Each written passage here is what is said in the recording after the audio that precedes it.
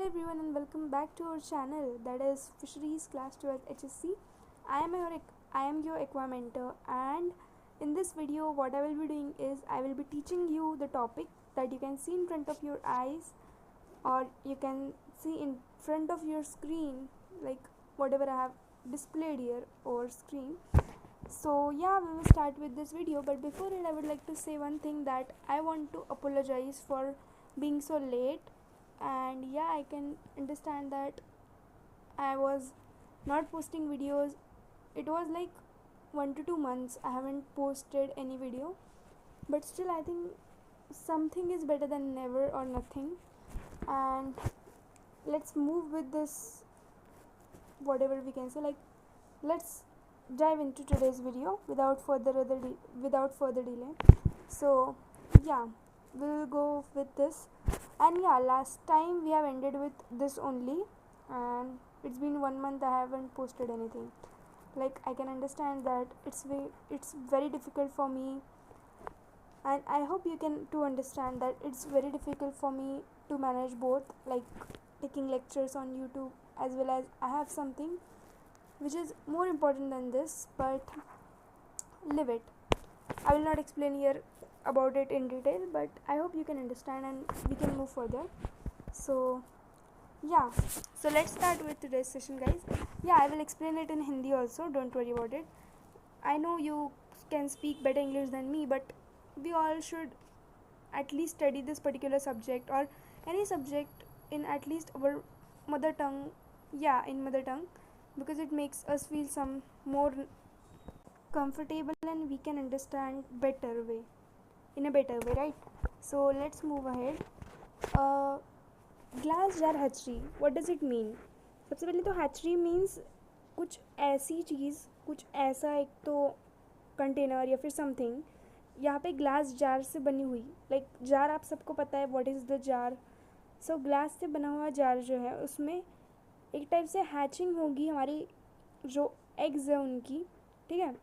इसका प्रिंसिपल क्या है? This system operates under the roof, therefore control is on the temperature of water, and continuous vertical flow of water keeps the eggs in suspension and helps to avoid spoilage. So ये जो system है हमारी, ये एक type से open area में work नहीं करती है. ये जो प्रिंसिपल है, हम ग्लास जार हैचरी का पढ़ रहे हैं, इस प्रिंसिपल के अनुसार ये जो हमारा सिस्टम है ग्लास जार हैचरी का, ये एक रूफ के अंडर काम नहीं करता, ये ऑपरेट नहीं करता. सो इसलिए therefore control is on the temperature of water and continuous vertical flow of water. तो ये जो सिस्टम है हमारी ग्लास जार हैचरी की, ये किन दो चीज़ों पर डिपेंड करेंगी? ये डिपेंड करेंगी टेम्परेचर कितना है. अब टेम्परेचर एक सुटेबल टेम्परेचर होगा तभी ही एग्स प्रॉपरली हैच हो पाएंगे. बहुत ज़्यादा टेम्परेचर या फिर बहुत कम टेम्परेचर नहीं चाहिए. एक मिनिमम टेम्परेचर जो भी सिस्टम को ऑपरेट करने के लिए या फिर इस सिस्टम के प्रॉपर वर्क करने के लिए रिक्वायर्ड है, उतना टेम्परेचर रहना चाहिए. एज वेल एज आपके एग्स प्रॉपरली कब हैच होंगे? जब आपका वर्टिकल फ्लो होगा वाटर का. एक टाइप से वाटर को, वर्टिकल फ्लो ऑफ वाटर एक टाइप से फोर्स लगा रहे हैं. बहुत ज़्यादा अमाउंट में भी फोर्स नहीं चाहिए हमको, एक स्मॉल अमाउंट ऑफ फोर्स हमको लगाना है एग्स के ऊपर. This force can be applied on the eggs with the help of vertical flow of water that you can see here. ये कैसे होता है मैं आपको ये दिखाऊंगी भी. इमेज आई हैव, इसीलिए मैंने कहा था कि मैं ये टॉपिक जब पढ़ाऊंगी तब थोड़ा सा इमेजेस, थोड़ा सा एनिमेशंस की मदद लेकर पढ़ाऊंगी, because it will make a clear sense for like whatever. So see या where we were yet wait okay. So vertical flow of water, yeah. So keeps the eggs in suspension and helps to avoid spoilage. Yes, spoilage भी avoid होने से, spoilage means obviously you all know that is ख़राब होना.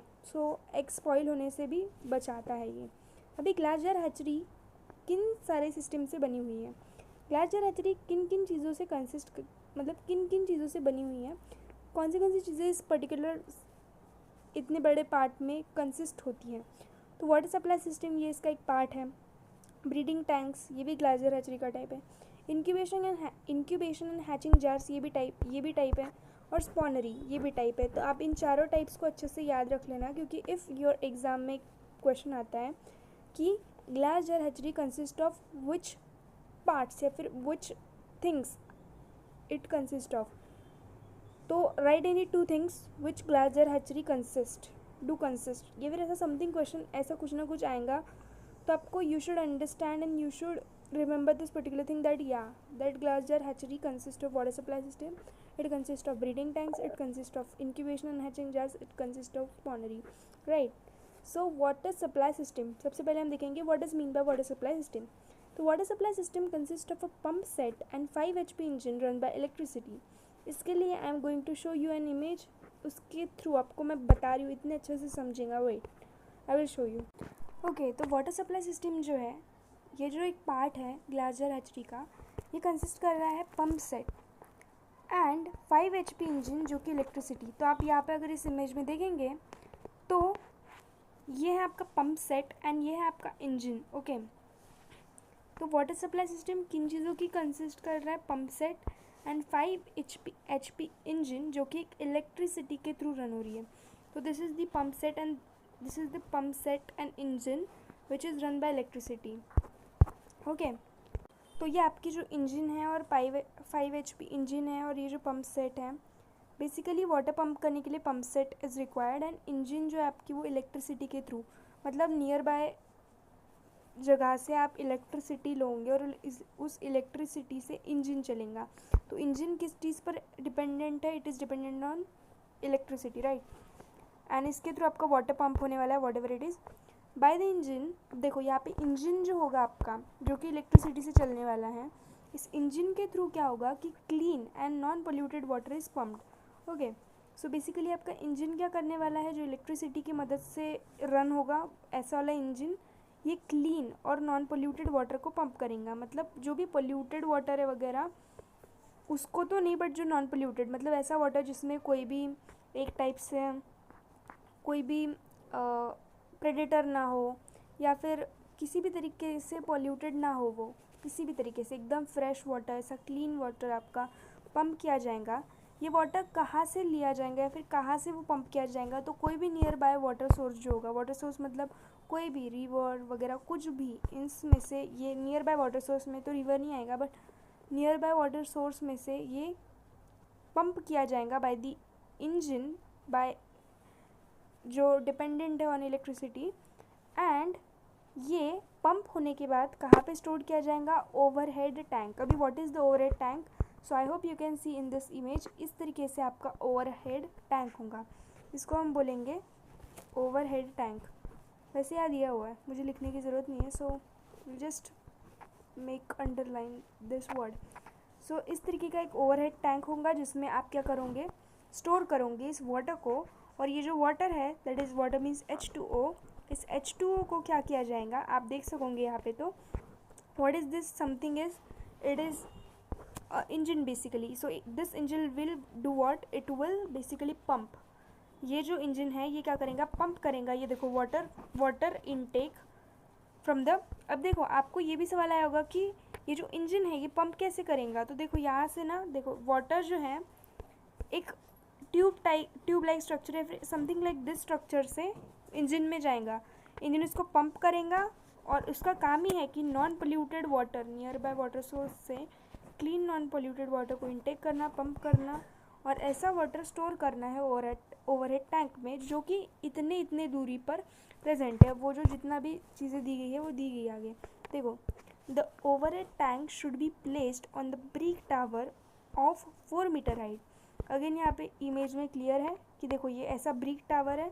Overhead tank कहाँ पे? ऐसे ground पे है क्या? ग्राउंड लेवल पे नहीं, ये 4 मीटर हाइट के एक ब्रिक टावर में. देखो ये ब्रिक टावर जो है इसमें कितना डिस्टेंस है? अप्रोक्स 4 मीटर की हाइट पर ये ओवरहेड टैंक को प्लेस किया गया, राइट? एंड देन अब ये हाइट क्यों ज़रूरी है? ग्राउंड लेवल पे क्यों नहीं हो सकता है ये? ग्राउंड लेवल पे ये हम क्यों नहीं रख सकते ओवरहेड टैंक? यहाँ पे इसकी ये ब्रिक टावर के अगर हम कंपेयर करें 4 metre from this brick tower, इतना हाइट क्यों ज़रूरी है, क्यों इम्पॉर्टेंट है? बिकॉज ये क्या करेगा, इसको देखो यहाँ पे दिया गया है the overhead tank should be placed on the brick tower. एक ब्रिक टावर पे एक टावर बनाना है हमको ब्रिक्स का, उसको 4 मीटर हाइट के ऐसे इतना डिस्टेंस उसको रखना है this height should be found suitable to generate pressure for circulation of water in hatchery. तो इतना प्रेशर, ये सर्कुलेशन के लिए प्रॉपर ऐसा प्रेशर, एक टाइप से प्रॉपर सर्कुलेशन होगा, कि सर्कुलेशन प्रॉपर होगा, इसीलिए उसको इतनी हाइट पर रखा गया है। It is the part of physics obviously. And ये सर्कुलेशन ऑफ वाटर हैचरी के लिए बहुत इंपॉर्टेंट है। That's the system of pipes connect to the overhead tank with glass jars. Okay, ये ओवरहेड टैंक अभी क्या करेगा, जो भी ग्लास जार्स है आपके, उनसे कनेक्ट रहेगा by this pipes. Maximum water requirement for 20 glass jars is 20 litre per minute. कितना मैक्सिमम वाटर का रिक्वायरमेंट है for the 20 glass jars? So ये यहाँ पे दिया गया है, दैट इज़ 20 ग्लास जार्स को 20 लीटर पर मिनट इतना वाटर का रिक्वायरमेंट होता है। ग्लास जार मतलब आई होप मुझे आपको भी समझाऊंगा, और मुझे तो ऑब्वियसली समझ में आ गया, तो आपको समझाऊंगा मैं जो कह रही हूँ। Okay, so maximum water requirement 20 glass अगर हम 20 ग्लास जार्स को कंसिडर करें, 20 ग्लास जार्स को अगर हम कंसिडर करते हैं, तो it is approximately 20 litre, but it is 20 litre per minute. So 20 litre per minute for 20 glass jars. So what is the minimum water requirement? No, it is not minimum, it is the maximum. What is the maximum water requirement for 1 glass jar? So that is, yes, so 1 glass jar को 1 litre per minute, क्योंकि 20 glass jar को 20 litre per minute maximum से maximum water requirement. सो 1 glass jar को obviously आप 20 divide करोगे maths, तो यहाँ पे 1 लीटर पर मिनट इतना 1 ग्लास जार को लगने वाला है।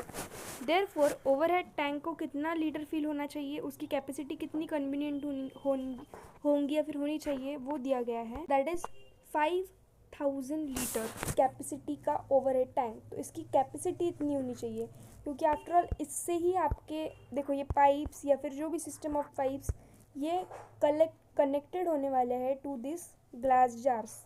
जिन ग्लास जार्स के बारे में या फिर वॉट एवर इट इज़, इसके बारे में आपको आगे दिया गया है, राइट। तो ये जो टॉपिक है आपका वो यहाँ पे ख़त्म हो जाता है, हम आगे बढ़ सकते हैं। ओके, सो यहाँ पे ब्रीडिंग टैंक्स के second topic, that is breeding tanks, इसके बारे में दिया गया है। That is 2 to 3 connected tanks of 2 into 1 into 1 metre, like area दिया है प्रॉपर। सो कितने टैंक्स हमको चाहिए? ब्रीडिंग टैंक्स मीन्स ऑब्वियसली जहाँ पे 2 फिश, कौन सी fish, 1 male fish and 1 is female fish, इन दोनों फिश को रखा जाएगा एंड ऑब्वियसली उनका ब्रीडिंग किया जाएगा। अभी ब्रीडिंग ऑब्वियसली बाय हाइपोफाइसेशन होता है, दैट इज़ आर्टिफिशियल ब्रीडिंग, या फिर नेचुरल होता है, that depends. Okay, so 2 to 3 connected tanks, मतलब 2 to 3 ऑलमोस्ट एक दूसरे से कनेक्टेड टैंक्स, जो कितने उनका एरिया या फिर उनका जो डायमेंशन है बेसिकली कितना है, length, breadth, height, whatever it is, वो almost 2 into 1 into 1, that is इतना मीटर तक होना चाहिए, are required in 20 jar hatchery unit for spawning of carps by hypophysation method. Obviously यहाँ पे दिया गया है हाइपोफाइजेशन मेथड है, तो हम यहाँ पे इसको अंडरलाइन करके याद रख सकते हैं। मैं आपको इमेज भी दिखाना चाहूँगी कि किस तरीके से ब्रीडिंग टैंक्स होते हैं, ब्रीडिंग किस तरीके से होती है। So here we go with, यहाँ पे आप देख पाओगे कि यहाँ पे 2 tanks, that is 2 breeding tanks, this is the first breeding tank, this is the second breeding tank. ये दोनों के दोनों कनेक्टेड हैं टू ईच अदर। यहाँ पे आप 2 फिश देख पाओगे, एक मेल होगी एक फीमेल होगी, और इनका जो है बेसिकली ब्रीडिंग किया जा रहा है बाय हाइपोफाइजेशन। देखो, carp spawning is something different than breeding. And यहाँ पे इस तरीके से ये एग्स, फिश सीड, और बाद में ये एक टाइप से डेवलपमेंट स्टेज होती है ना, वो this is basically larval stage, क्योंकि यहाँ पे यॉक सैक भी प्रेजेंट है। यॉकलेस जब होगी वो यॉकलेस या फिर yolk sacless, whatever it is, ये जब होगी फिश की स्टेज, तब उसको कुछ और कहा जाता है, लाइक ऐसी प्रॉपर लाइफ साइकिल होती है। तो ये जो है बेसिकली हमने क्या किया, see this is the injection, इसके थ्रू हमने बेसिकली हाइपोफाइजेशन टेक्निक से ब्रीडिंग करवाई, और ब्रीडिंग करके यहाँ पे हमने फिश सीड को कलेक्ट किया है। And this is the breeding tanks. Okay, अभी हम देखेंगे third component of glass jar hatchery, that is incubation and hatching jars. Incubation and hatching jars are cylindrical towards the top and funnel shaped towards the bottom.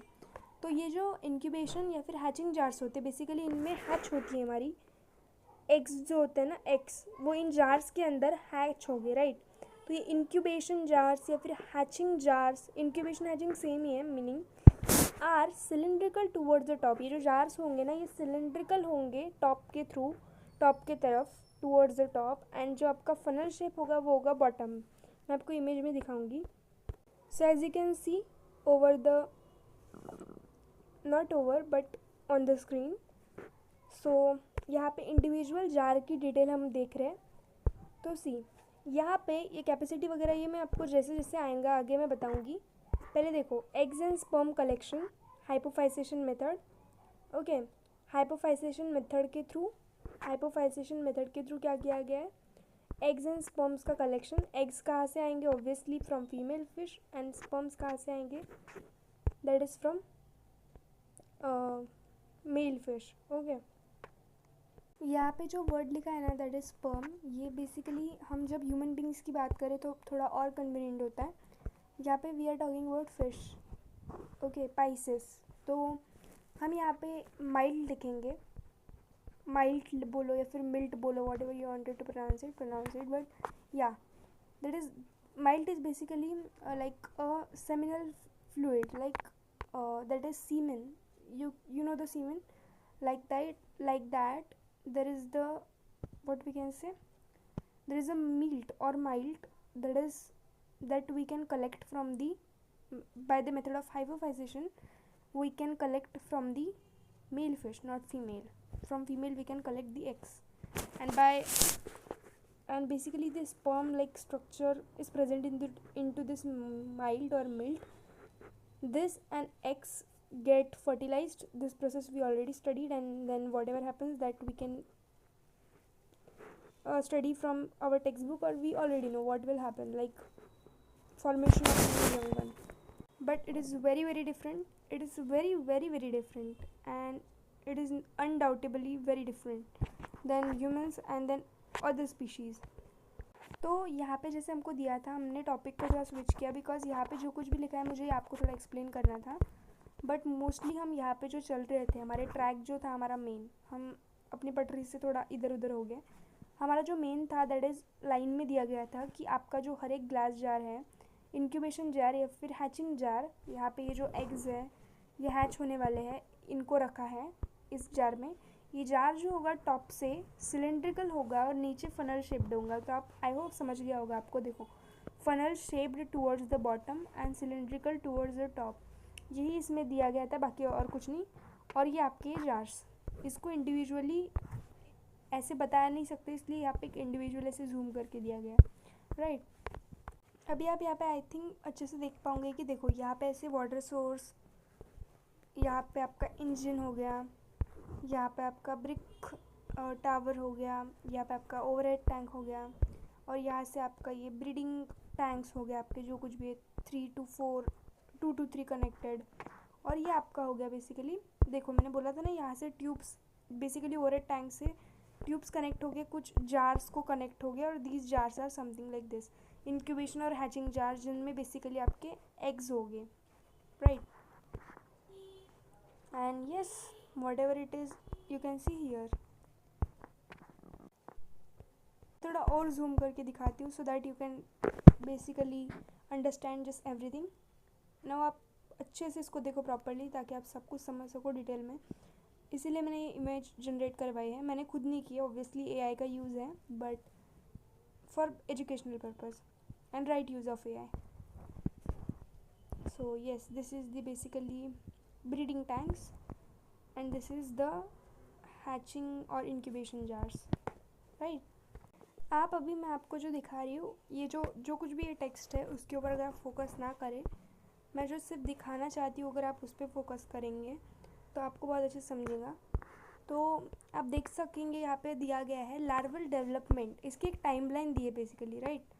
तो देखो, जब आपका fertilisation होता है और आपका जब एग होता है, एक टाइप से ऐसा कुछ स्ट्रक्चर होता है. देखो 0 hours उसके बाद आफ्टर 12 आवर्स ये कैसे कन्वर्ट होता है, इसकी बेसिकली डेवलपमेंटल स्टेज दी गई है यहाँ पे, इसीलिए बोला गया ना लार्वल डेवलपमेंट स्टेज। तो ये बेसिकली 12 आवर्स के बाद एम्ब्रियो में कन्वर्ट हो जाएगा। उसके बाद जस्ट हैच्ड, देखो just hatch yolk sac larva, मतलब यहाँ पे लार्वा होगा but with the yolk sac. ये यॉक सैक उसके बाद कुछ समय बाद बेसिकली पूरी तरीके से डिस्ट्रॉय होती है, फिर इट इज़ समथिंग लाइक हट जाती है वहाँ से। तो 14 आवर्स के बाद just hatch yolk sac larva, और उसके बाद आप देख सकोगे यहाँ पे यॉक सैक प्रेजेंट। हाँ देखो yolk sac absorbed, right. So see, this is the active swimming after the 24 hours. Actively it can swim. बहुत ही कम फूड आइटम को it can consume. बहुत ही कम food item, right? Food item means obviously small insects, worms, बहुत ही but quantity बहुत कम, right?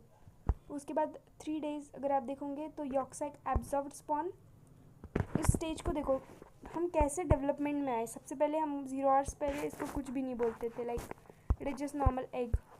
Then it is called as embryo after this 12 hours. Then it is called as yolk sac वाला larva because it's larval stage which is not basically swimming, freely swimming नहीं है और York sac वाली है। उसके बाद यहाँ पे बोला गया है actively swimming, that is it can swim actively. Then yolk sac should be absorbed, it should be destroy नहीं बोलेंगे, एक टाइप से वो खुद में ही एब्जॉर्ब हो जाती है, बट या वहाँ से हट जाती है एक टाइप से, इसीलिए मैंने डिस्ट्रॉय बोला, but destroy is not the correct word, it should be absorb. So yolk sac absorb वाली स्टेज जो होगी वो बोलेंगे स्पॉन उसको। And then post larva, that is specialised diet feed. Now it can feed something like उसकी level बढ़ जाती है फीडिंग की।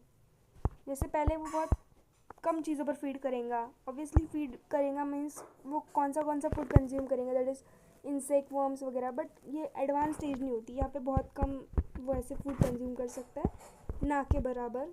यहाँ पे वो थोड़ा बहुत ज़्यादा अच्छे से कंज्यूम कर पाएंगे। एंड देन जैसे ही वो ग्रो अप होगा वो फिर और अच्छे से फूड वगैरह बेसिकली कंज्यूम कर पाएंगे एंड विल हैव और डेवलपिंग स्टेज। तो यहाँ पे मोस्टली मेरे को ये दिखाना था कि किस तरीके से डेवलप होता है एक फिश सीड से लेके किस तरीके से इसकी डेवलपमेंट होती है। सो आपने यहाँ पे देख ही लिया होगा।